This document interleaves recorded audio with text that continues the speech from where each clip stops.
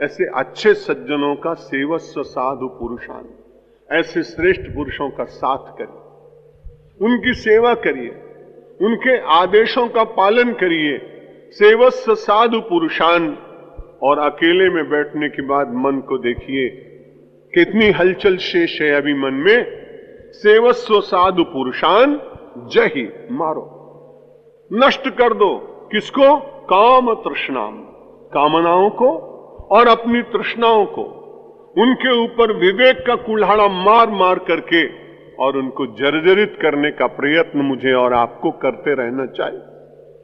अन्यस्य दोष गुण चिंतन माशु मुक्त्वा, दूसरे के दोष और गुण के चिंतन से जितनी जल्दी ज्यादा छूट सको उतना अच्छा, क्योंकि आप दूसरे के दोष और गुणों को बार बार देखने से कुछ प्राप्त नहीं करते हैं, बल्कि सद्गुण देखने से कुछ मिल भी जाता हो, दुर्गुण देखने से तो व्यक्ति को और भी अधिक क्षति होती है।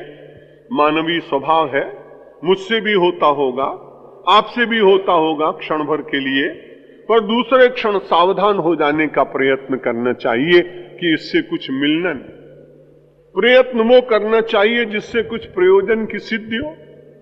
लेकिन कई बार प्रयोजन कुछ न होने पर भी मुझसे और आपसे निरर्थक कर्म हो जाते हैं।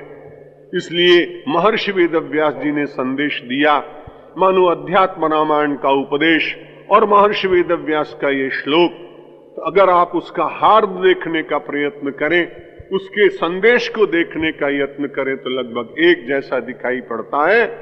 कहते हैं सेवस अन्यस्य दोष गुण चिंतन माशु मुक्त्वा, करोगे क्या फिर? सेवा कथा रसम हो नितराम पिबत्वम।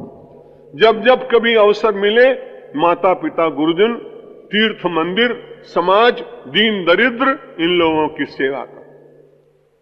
और जब जब समय मिले तो भगवान की कथा सुनो। कथा कैसे सुनो? बड़ी अच्छी बात कही। एक आदमी ने कथा में बड़ा रस था, उसकी एक आदमी से मैत्री थी। उसने कहा मैं कथा सुनने जा रहा हूं, तुम भी चलो। उसने कहा मुझे कथा में रस तो नहीं है, लेकिन तेरे साथ मित्रता निभाने के लिए मैं थोड़ी देर तक बैठूंगा। वो बैठा, लेकिन बार बार विचार करता रहा कि मेरे तो इतने ग्राहक आए होंगे, कोई लौट न जाए। नौकर को मैं बोल के नहीं आया कि मैं कितनी देर में आऊंगा। अब आप विचार करिए, उसकी कथा में बैठने से उसको कोई बड़ा लाभ नहीं हुआ होगा।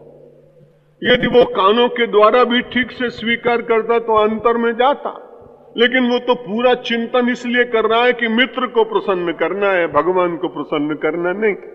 इसलिए बड़ी सीधी सी बात कही, सेवा कथा रसम हो, रस पूर्वक श्रवण करिए, भले थोड़ी देर श्रवण करिए। उस समय आपका मन उसी के साथ जुड़ा होना चाहिए जो तत्व वर्णित किया जा रहा है।